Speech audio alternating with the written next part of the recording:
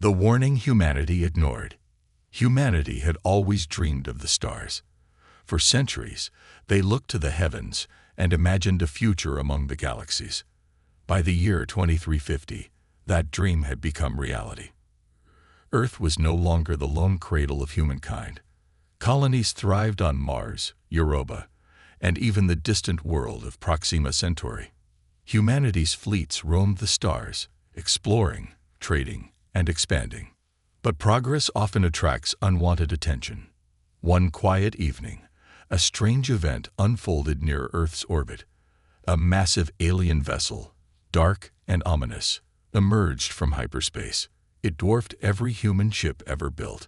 Its surface shimmered with a technology that human scientists couldn't even begin to understand.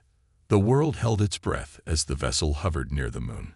Humanity's leaders, cautious but curious, sent a diplomatic team aboard a sleek ambassador ship to make contact. What they encountered changed the course of history. Inside the alien vessel, they were greeted by a towering figure cloaked in flowing black robes. Its skin was pale and glowed faintly under the artificial light. Its eyes, sharp and cold, studied the humans with an unsettling intensity. This was an envoy of the Galactic Empire, a civilization so vast and ancient that their history spanned millions of years. The envoy wasted no time with pleasantries. Its voice, deep and resonant, filled the chamber as it issued a dire warning. "Humans," it began, "your kind has grown bold, too bold. You wander into territories that do not belong to you. The Galactic Empire tolerates no such defiance." The leader of the human delegation, Ambassador Jenna Clark, stood firm. She was known for her calm demeanor and quick wit, qualities that had earned her the trust of Earth's United Council. With respect, Jenna replied, "Space is vast and free for all who seek it. Humanity has no intention of war or conquest. We explore, we settle where no one else has claimed. Surely, your empire does not fear a species as young as ours." The alien's gaze hardened. "Fear? No, but we do not allow rivals to rise. Flee back to your homeworld, humans. Stay within the bounds of your solar system. If you do not, the full might of the empire will descend upon you, and you will not survive." The warning was as clear as it was chilling.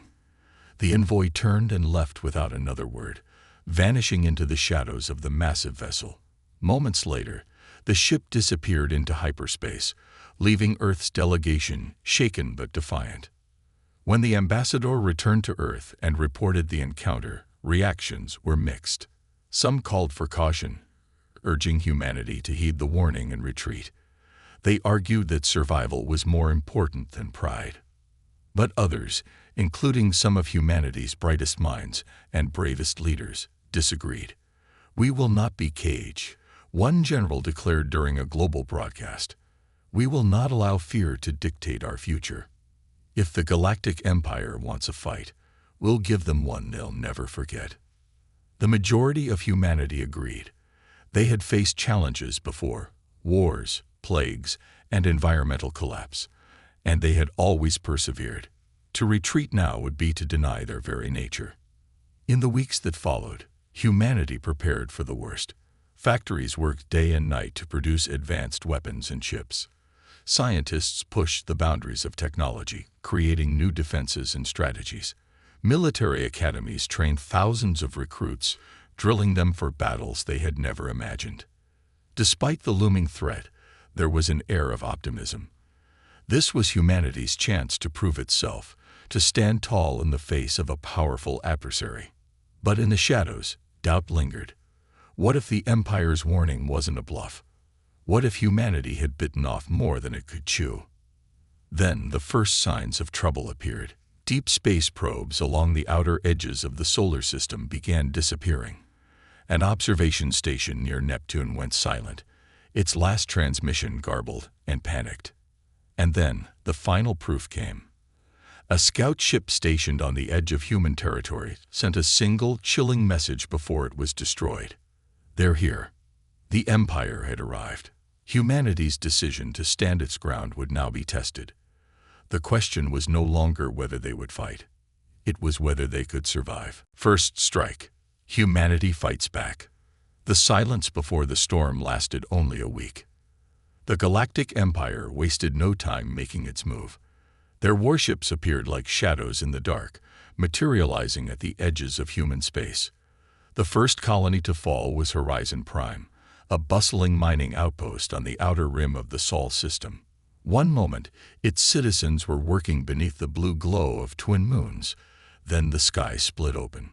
From the tear in space, sleek, angular vessels emerged, gliding down like silent predators. These weren't warships in the traditional sense. They looked alive, shifting and warping as they moved, their hulls pulsing with dark energy. Weapons platforms on Horizon Prime scrambled to respond, but the colony's defenses were no match. The attack lasted less than 5 minutes. By the time Earth received the distress call, it was already too late. Horizon Prime was gone, reduced to floating debris and shattered lives. The message from the Galactic Empire followed soon after. We warned you. This is the fate of those who defy the Empire. Run, and your core worlds may yet be spared. Resist, and you will be erased from existence. Humanity's leaders convened immediately. The room was tense, filled with grim faces as holographic maps displayed the growing list of colonies under siege. Mars, Titan, and the moons of Europa were next on the Empire's list. Admiral Cato Reyes, head of Earth's defense fleet, stood at the center of the War Council. His face was lined with age and battle scars, yet his eyes burned with determination. They think fear will break us, Reyes growled, his voice echoing across the chamber. They believe we'll fold the moment they start crushing colonies, but they forget one thing. Humanity doesn't know how to back down. Murmurs of agreement rippled through the room, but not everyone was convinced. Ambassador Jenna Clark, the same diplomat who had faced the Empire's envoy, stepped forward. We need to be smart about this, she cautioned. Reckless bravery could cost us everything. We must strike where it hurts them most, swift and precise. A drawn-out war favors the Empire, but a single blow to their pride could change the game. Reyes nodded. Agreed. We strike back, but on our terms. The Battle of Titan. Titan, Saturn's largest moon, became humanity's proving ground. It was a vital fuel depot for Earth's outer fleet, and the Empire targeted it next. But this time, humanity was ready. Admiral Reyes led the charge, personally commanding the U.S. Valiant, Earth's most advanced warship. Sleek, deadly, and armed with experimental plasma cannons, it was humanity's best chance at survival. When the Empire's fleet descended on Titan, they were met with unexpected resistance. Human warships rose from the shadows of Saturn's rings, emerging like predators from an ambush. The battle began in silence, with long-range weapons trading fire across the void. Explosions flared in the distance, turning the cold space around Saturn into a graveyard of burning wreckage. But humanity's strength wasn't in brute force, it was in strategy. Reyes knew that fighting head-on would lead to disaster. Instead, human ships darted through the asteroid fields, using Titan's gravitational pull to slingshot around the Empire's forces. The Valiant led a daring maneuver, diving straight toward the Empire's flagship. Plasma beams carved through enemy vessels, leaving a trail of destruction. Reyes' crew fought with precision, targeting the Empire's supply ships and communication relays, sowing chaos among their ranks. Despite humanity's initial success, the Empire retaliated with terrifying force. One of their capital ships, 3 times the size of the Valiant, unleashed a barrage of energy that split 2 human cruisers apart in an instant. The moon's surface trembled under the assault, but Reyes didn't flinch. "Target their engines," he barked. "We're cutting off their retreat." The Valiant unleashed everything it had, striking the Empire's flagship in its rear thrusters. The explosion rippled across the void, sending shockwaves through the enemy fleet. Without their command ship, the Empire's forces began to falter. In the end, the Battle of Titan was a costly victory, but a victory nonetheless. Humanity had faced the Empire's wrath and survived. A dangerous message. As the wreckage of the Empire's fleet drifted through space, human forces began salvaging what they could. Among the debris, a strange capsule was found, intact and humming faintly. When the capsule was brought aboard the Valiant, it opened on its own. Inside, a single alien officer stood, bound in shackles. His pale skin shimmered under the lights, and his eyes burned with quiet rage. "You think this was a victory?" The alien sneered, his voice cold. "You have no idea what you've done." Reyes stepped forward. "We sent your Empire a message today. Humanity isn't prey." The alien's lips curled into a thin smile. "No, Admiral. You've only awakened something far worse." With that cryptic warning, the alien officer was escorted away, but his words haunted Reyes long after the battle. As humanity celebrated its first real victory against the Empire, few realized the dangerous game they had begun to play. The Galactic Empire had suffered a wound to its pride, but the war was far from over. And deep in the Empire's core worlds, something ancient stirred, the Empire's secret weapon. The victory at Titan echoed across the human colonies like a defiant roar in the dark. For the first time, the Galactic Empire had been forced to retreat. News channels hailed Admiral Reyes as a hero, and morale across Earth and its colonies soared. Humanity believed it had proven its strength. But in the cold expanse of deep space, the Empire was not celebrating its defeat. In the heart of the Galactic Empire, far beyond the reach of human exploration, lay a hidden world known only to the highest-ranking officials, Verthus Prime. It was not a planet, but a colossal artificial sphere that encased a dying star. Within its metallic shell, vast shipyards hung in orbit, constructing weapons of unimaginable power. At the center of Verthus Prime's military command stood the High Executor of the Empire, Lord Verosk. Tall, with a skeletal frame draped in Imperial armor, Verosk watched the holographic replay of the Titan battle in silence. His golden eyes flickered as the human fleet tore through his ships. Behind him, a line of Empire generals stood in uneasy silence. One, an admiral of the fleet, stepped forward cautiously. "My lord," the admiral began, "these humans, they fight with cunning. Their technology may be primitive, but—" Verosk raised a pale hand, silencing him. "I know," Verosk replied, his voice hollow but edged with something dangerous. "That is why we will no longer test them. The time for small strikes is over." The room darkened as Verosk activated another hologram, revealing the outline of a massive starship. Its size dwarfed anything humanity had ever encountered. Strange markings lined its surface, and glowing orbs pulsated beneath its hull. This was no ordinary warship. It was a relic, a superweapon from the early days of the Empire, buried for centuries beneath Verthus Prime. Verosk's thin lips curled into a rare smile. "Activate the Dreadspire," he commanded. "I want it fully operational within the month. We will end this rebellion with fire and shadow." On Earth, whispers of the Dreadspire. Weeks after Titan, Earth's top intelligence officers gathered in a hidden military complex beneath the Pacific Ocean. The room hummed with the low vibrations of encrypted transmissions. At the head of the table sat Ambassador Jenna Clark, her brow furrowed as she scanned the latest reports from human spies embedded within alien trading routes. Across from her, Admiral Reyes leaned forward. "These whispers about the Empire's secret weapon," Reyes said, "how reliable are they?" Clark folded her arms. "Reliable enough to worry me." She gestured to the hologram at the center of the table.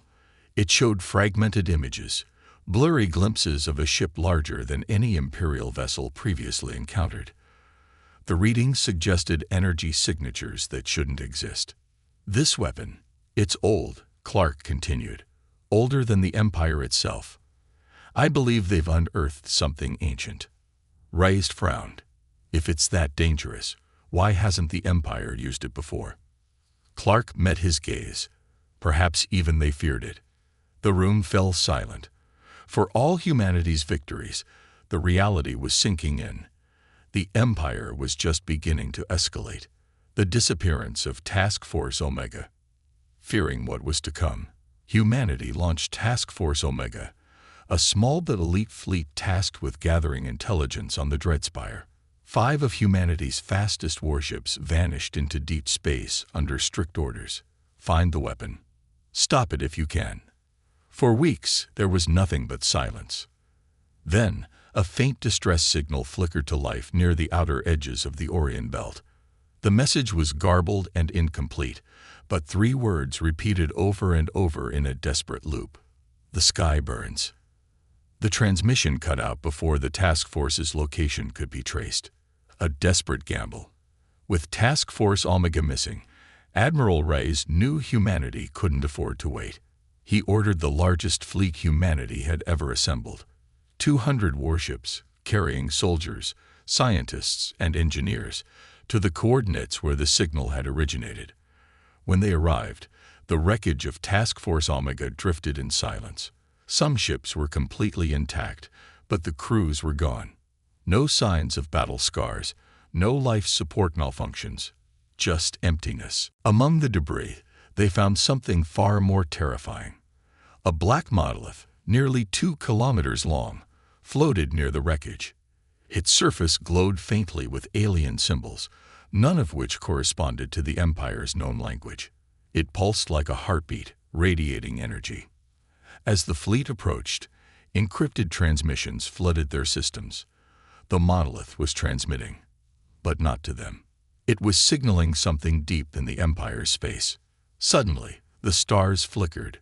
Space seemed to bend and twist, as if reality itself were shifting. And then, emerging from the void, the Dreadspire arrived. The arrival of the Dreadspire. It was not a warship. It was something far worse. The Dreadspire moved like a living entity, its surface shimmering as though space rippled around it. Cannons the size of skyscrapers lined its sides, but no weapons fired. Instead, a deep vibration filled the airwaves, disrupting the systems of every nearby human vessel. The fleet scrambled to escape, but one by one, ships began shutting down, powerless, left to drift in the Dreadspire's wake. Only the U.S. Valiant managed to resist. Admiral Reyes, standing firm on the bridge, watched as the Dreadspire slowly turned toward Earth's direction. "Send an emergency broadcast," Reyes ordered. "Earth must know what's coming." As the transmission left the Valiant, the Dreadspire's weapons activated. The last image recorded was of the massive ship firing a beam of dark energy, erasing half the fleet in a single shot. The Dreadspire did not pursue. It vanished as quickly as it had arrived, leaving only wreckage behind. Reyes' message made it back to Earth. It carried one warning. The Empire's true weapon is coming. Prepare for war. Behind enemy lines, the galaxy held its breath. After the Dreadspire's appearance, humanity's fleets scattered, retreating to fortified colonies and hidden military outposts. Earth's skies darkened with defense grids and orbital cannons, but deep down, everyone knew it wouldn't be enough. Admiral Reyes' warning replayed endlessly across military channels. The Empire's true weapon is coming. Prepare for war. Yet days passed without an attack. Weeks turned into a month, and the dread that gripped humanity slowly transformed into restless paranoia. Something felt wrong. The Dreadspire had shown its power, decimating the fleet at the Orion Belt, but it hadn't pursued Earth. It lingered somewhere in the far reaches of Empire space, silent and waiting. It was Ambassador Jenna Clark who first voiced the suspicion in Earth's War Council. "They're not using the Dreadspire to destroy us," she said, leaning forward over the holographic map of Imperial territory. "They're holding it back. But why?" Admiral Reyes grunted from across the room. "Maybe they're toying with us, letting fear do the job for them." Clark shook her head. "No, the Empire is ruthless, but they aren't wasteful. If they wanted us gone, the Dreadspire would already be hovering over Earth." The room fell silent as the weight of her words sank in. They're planning something, Clark continued. And we're sitting here blind. Reyes frowned but finally gave a slow nod. Then it's time to open our eyes. The mission. A bold plan took shape over the next week. A covert infiltration of the Empire's core worlds. It was suicidal, but humanity needed answers. If the Dread Spire wasn't moving, there had to be a reason, and Reyes was determined to find out why. A stealth fleet of 3 ships was chosen, equipped with cloaking technology reverse-engineered from salvaged Imperial wreckage. Leading the mission was Commander Elias Grant, one of Earth's most skilled infiltration specialists. Your objective is Verthus Prime, Reyes briefed him before launch. We believe the Dread Spire returned there. You're not to engage. Get in, gather intelligence, and get out. If you're detected, well, I hope you're good at running. Grant smirked. Don't worry, Admiral. I'm not planning to stick around for tea. The journey to Verthus Prime. The stealth fleet slipped into Imperial territory undetected. Space was vast, and with humanity's colonies burning at the outer edges, the Empire's attention was focused elsewhere. As the fleet approached Verthus Prime, the first signs of something unusual emerged. Wreckage drifted in orbit. Not human wreckage, but Imperial ships, torn apart by weapons that didn't match humanity's arsenal. Is that friendly fire? One of Grant's officers whispered. No, Grant muttered. This is something else. The Dread Spire loomed ahead, docked near the artificial sphere of Verthus Prime. But it wasn't moving. Its surface flickered with unstable energy, and strange distortions rippled around it. As the stealth fleet maneuvered closer, Grant's ship intercepted fragments of Imperial transmissions. Most were encrypted, but one message, broadcasted in panic, broke through clearly. Containment breach. Something's awake. Verthus Prime is compromised. Grant's heart pounded as the meaning dawned on him. The Dread Spire wasn't just a weapon. It was something the Empire couldn't control. The ruins below. Against orders, Grant made the decision to land on Verthus Prime. If the Empire was struggling to contain the Dread Spire, this was humanity's best, and possibly only, chance to learn its secrets. The team descended onto the artificial sphere in silence. Verthus Prime's surface was sleek and metallic, but cracks ran deep into its structure, revealing ancient ruins beneath. Moving cautiously, the team infiltrated what appeared to be an Imperial research facility. Inside, they found something unexpected. Cages, thousands of them. Each held a different species from across the galaxy, many of whom were barely alive.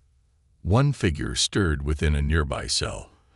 An alien with pale skin, unmistakably similar to the Imperial envoy who once warned Earth.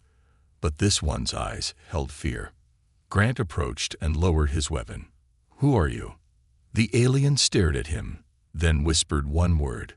Prisoner. Grant frowned. Prisoner of what? The alien's gaze shifted toward the ceiling, where holographic images flickered. Diagrams of the Dread Spire and ancient symbols Grant didn't recognize. The Dread Spire is not of the Empire, the alien said quietly. It is older than all of us. The Empire found it. And they woke it. Grant's blood ran cold. Then why haven't they used it? He asked. The alien's eyes darkened. Because it does not serve them. It serves itself. Suddenly, the facility trembled. Alarms blared. One of Grant's officers sprinted toward him. Commander, the Dread Spire. It's powering up. Escape and revelation. Grant's team raced back to their ship as the Dread Spire slowly lifted from its dock. It didn't fire on them. It didn't fire on the Empire's forces either. It simply rose, disappearing into the blackness of space. Back aboard his ship, Grant transmitted everything they had learned to Earth. Admiral Reyes and Ambassador Clark listened to the report in silence as the hologram of the Dread Spire flickered in front of them. This changes everything, Clark murmured. The Empire isn't our only enemy. They've unleashed something they can't stop. Reyes exhaled sharply. And now it's loose. Far from Earth, The Dread Spire drifted beyond the Empire's control, vanishing into the unknown. Whatever it sought, one thing was certain: humanity would cross paths with it again. The war wasn't over, it was only just beginning. The turning point. Humanity unites. The Dread Spire had vanished into the void, but its shadow lingered over every world, colony, and warship within humanity's reach. Earth's War Council met in near-constant session. Maps of the galaxy filled holodisplays, showing red rings expanding outward from Verthus Prime, marking systems believed to be compromised by the Empire's rogue weapon. Civilian broadcasts speculated endlessly, fear spreading faster than the truth. Admiral Reyes stood at the heart of this storm, his gaze fixed on one undeniable fact: if the Dread Spire returned, Earth's defenses would crumble. "We can't hold the line alone," Reyes said to the War Council. "If we're going to survive, humanity needs allies. And fast." Ambassador Jenna Clark nodded. "There are factions within the Empire.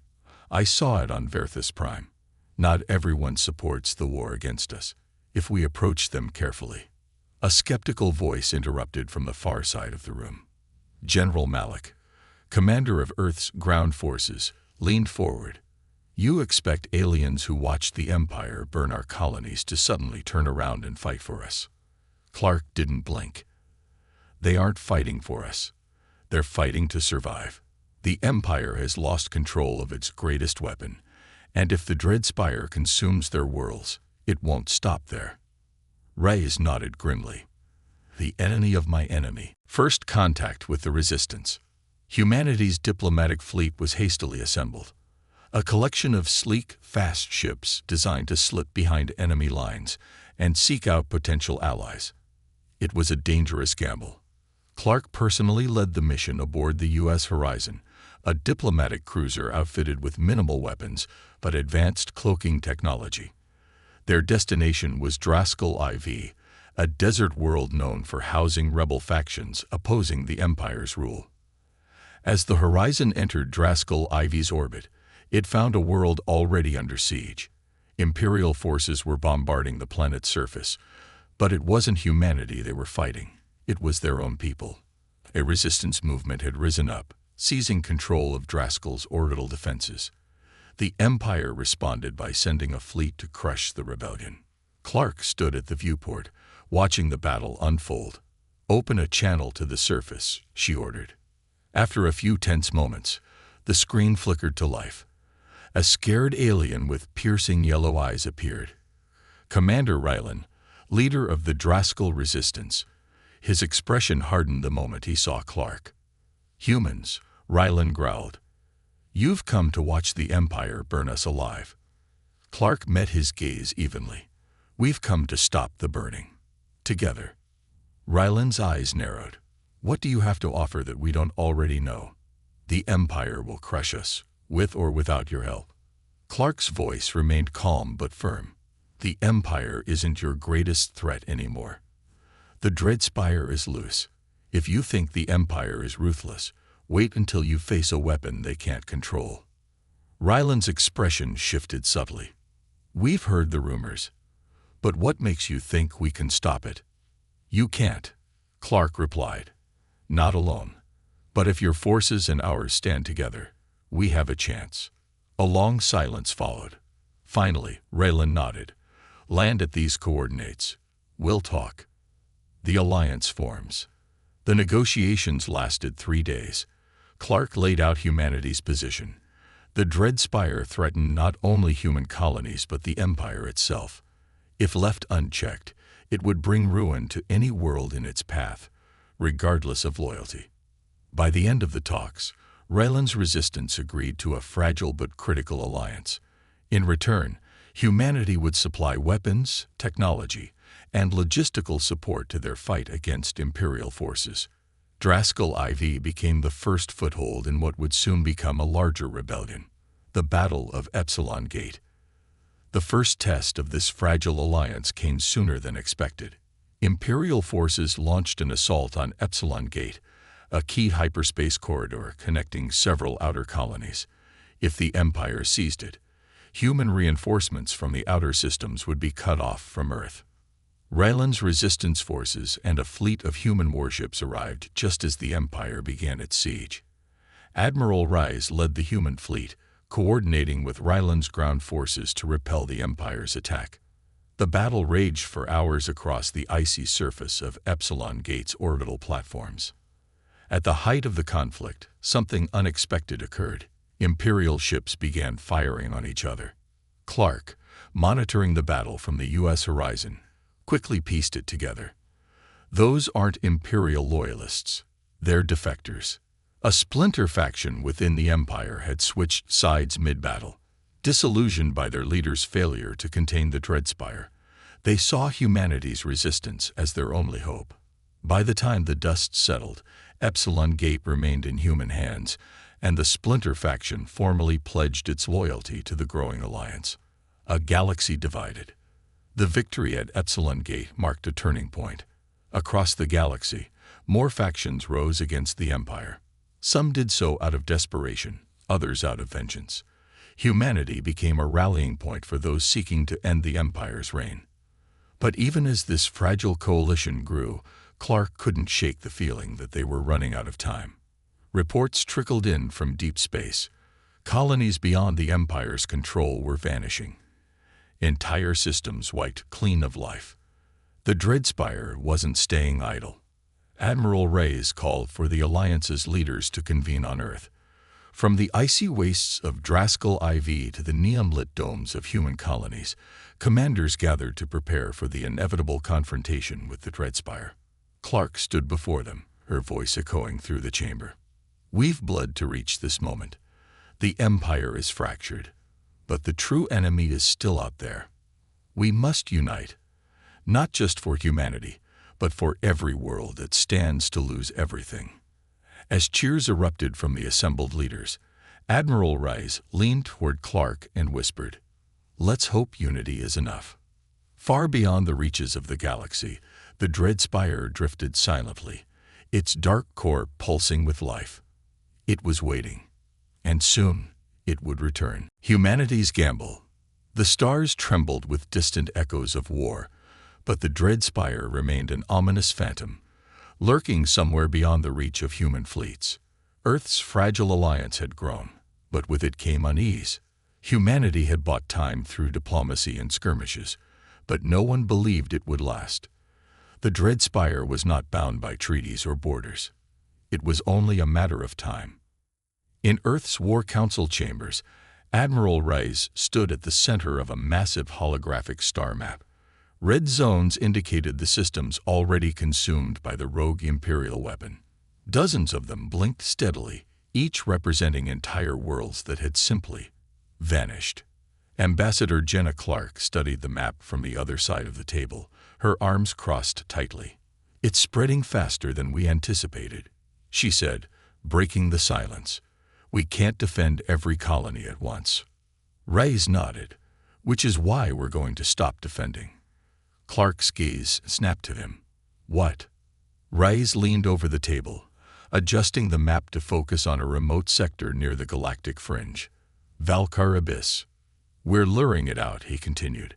"We create a target so tempting that the Dreadspire can't resist." Clark's eyes narrowed. "That's madness. If it reaches Valkar, it won't just destroy the colony. It could destabilize the entire sector." Rise met her stare, unflinching. "Exactly. And that's why we're going to destroy it first." The room fell into stunned silence. The Valkar Gambit. The plan was reckless, desperate, but humanity had few alternatives. Valkar Abyss was a remote, uninhabited system rich in raw materials and strategically positioned near hyperspace lanes leading toward Earth. If the Dreadspire moved on Valkar, humanity could intercept it before it advanced further. The fleet began construction on Project Ironvale, a massive artificial station disguised as an active mining operation. Hidden beneath the surface, humanity's engineers installed the most advanced weaponry ever devised. Experimental ion lances, plasma siege cannons, and disruptor fields capable of collapsing subspace channels. The goal wasn't just to destroy the Dreadspire. It was to trap it. Admiral Reyes personally oversaw the construction. Crews worked day and night under secrecy, aware that if word of the project leaked, the Empire's loyalist factions could sabotage it. The bait is set. Weeks later, the trap was ready. Valkar Station hummed with false activity, mimicking the energy signatures of a bustling colony. Fleets patrolled the system, transmitting signals to simulate valuable resource hauls and military development. All that was left was to wait. For 3 days, the sector was quiet. On the 4th, deep space monitors detected gravitational distortions near the system's edge. The stars flickered unnaturally, and shadows stretched across the abyss. Then, it appeared. The Dreadspire. It emerged like a phantom from the rift, its black hull shimmering as if space itself recoiled from its presence. It didn't hesitate. The colossal ship began gliding toward Valkar Station. From the bridge of the U.S. Valiant, Rice stood with arms folded, watching the feed. "It's taking the bait," he muttered. "Begin Phase 2. Phase 2, the hammer falls." As the Dreadspire approached, Valkar Station's outer hull shifted, revealing hidden arrays of weaponry. The fleet, hidden within nearby asteroid belts, activated in unison. 30 dreadnoughts, 50 cruisers, over 100 smaller strike vessels. It was humanity's largest coordinated strike since the war began. All ships fire at will. Rise barked. The void lit up with plasma lances and missile barrages. Valkar Station's ion cannons locked onto the Dreadspire and unleashed devastating beams of energy, searing into the monstrous ship's hull. For a brief moment, hope flickered. The Dreadspire seemed to reel from the attack. But then, it responded. Its outer armor rippled as if alive, absorbing the kinetic energy of the assault. Cannons along its spine ignited, unleashing beams of dark energy that sliced through the asteroid belt like paper. 3 human warships disintegrated instantly. Braced for counterfire, Rice shouted, gripping the console. The Dreadspire retaliated with ruthless precision. One by one, human ships vanished in fiery explosions. Despite their overwhelming numbers, the Dreadspire barely slowed. Clark's voice crackled through the comms. "Admiral, the station's disruptor field is destabilizing. If it collapses, the trap won't hold." Rice clenched his jaw. "We can't let it escape. Divert all power to containment fields." Valkar Station's core pulsed, emitting a shockwave designed to anchor the Dreadspire in place. Subspace fields around the ship flickered, locking it in a gravitational vice. But the Dreadspire wasn't bound by ordinary physics. With a low hum, its core flared, distorting reality itself. Space twisted violently around it, ripping apart containment fields as if they were mere suggestions. Desperate measures. As the Dreadspire began to break free, Rise knew the battle was slipping away. "We can't win this," his second-in-command whispered. "Sir, we need to retreat." Rey's hands tightened around the edge of the console. "Not yet." He opened a private channel to Clark. "How long can the station's core last?" Clark's voice was grim. 5 minutes, maybe less." Reyes exhaled slowly. "Prepare to overload it." A stunned silence followed. "Admiral, that will. I know what it will do." Clark hesitated, but she understood. "I'll initiate the override. But if you're staying..." Reyes smiled faintly. "Someone has to make sure it works." The final stand. As the remaining human ships fell back, Reyes ordered the Valiant to stay within the Dreadspire's firing range, drawing its attention. The station's core glowed brighter, its energy levels spiking dangerously. Clark's voice returned, quiet but certain. "It's ready." Reyes gave the final order. "Detonate." In the heart of Valkar Abyss, the station's core erupted, collapsing in on itself. A shockwave rippled outward, engulfing the Dreadspire in a cascade of gravitational anomalies. For a brief, blinding moment, the monstrous ship faltered. Then, silence.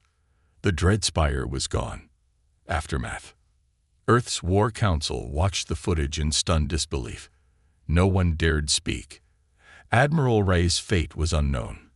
But even as humanity mourned, a new unease crept into Clark's mind. The Dreadspire had been powerful, but something about its disappearance felt wrong. It wasn't destroyed. It had retreated. And somewhere, out in the dark, it was still waiting. Victory and the rise of humanity.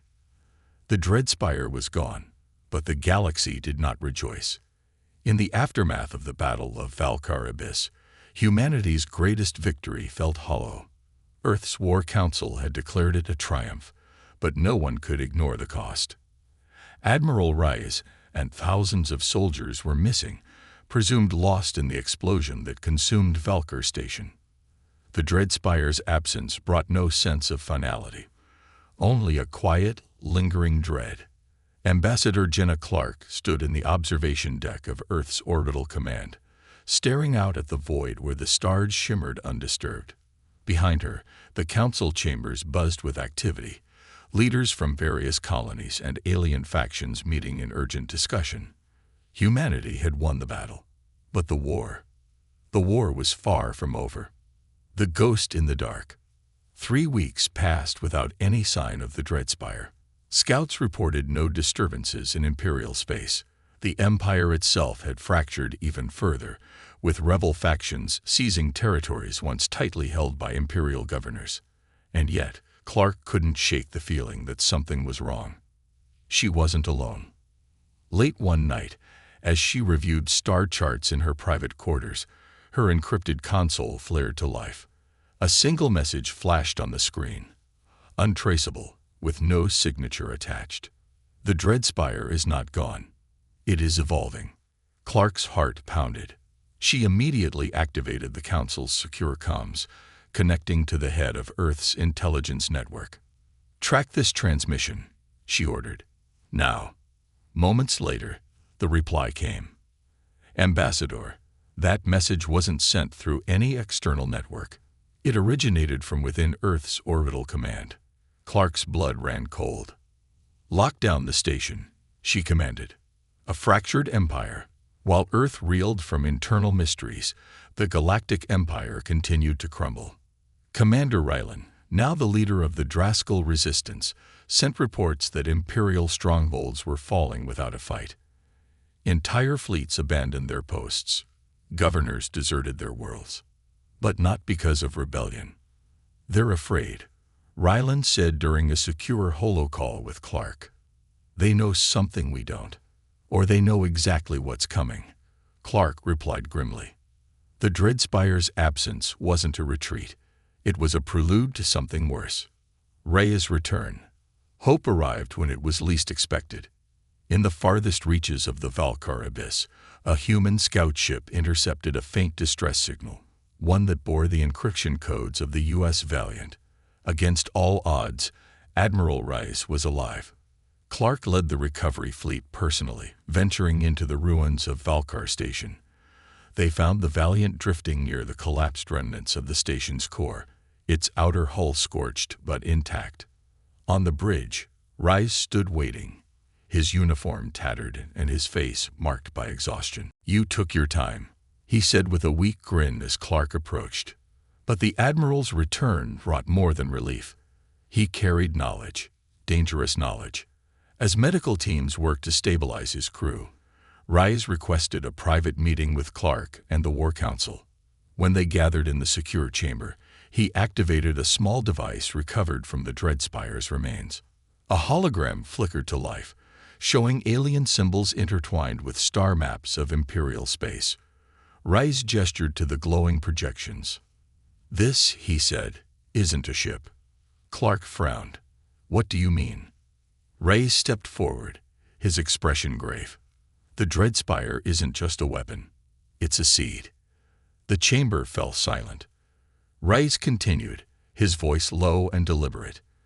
"The Empire didn't build it. They found it, buried deep beneath Verthus Prime. And when they activated it, it started replicating." Clark's breath caught. "Replicating." Rice nodded. "The Dreadspire we fought wasn't the only one. There are others. The room erupted in hushed murmurs. The enemy within. Reyes silenced the council with a single command. There's more.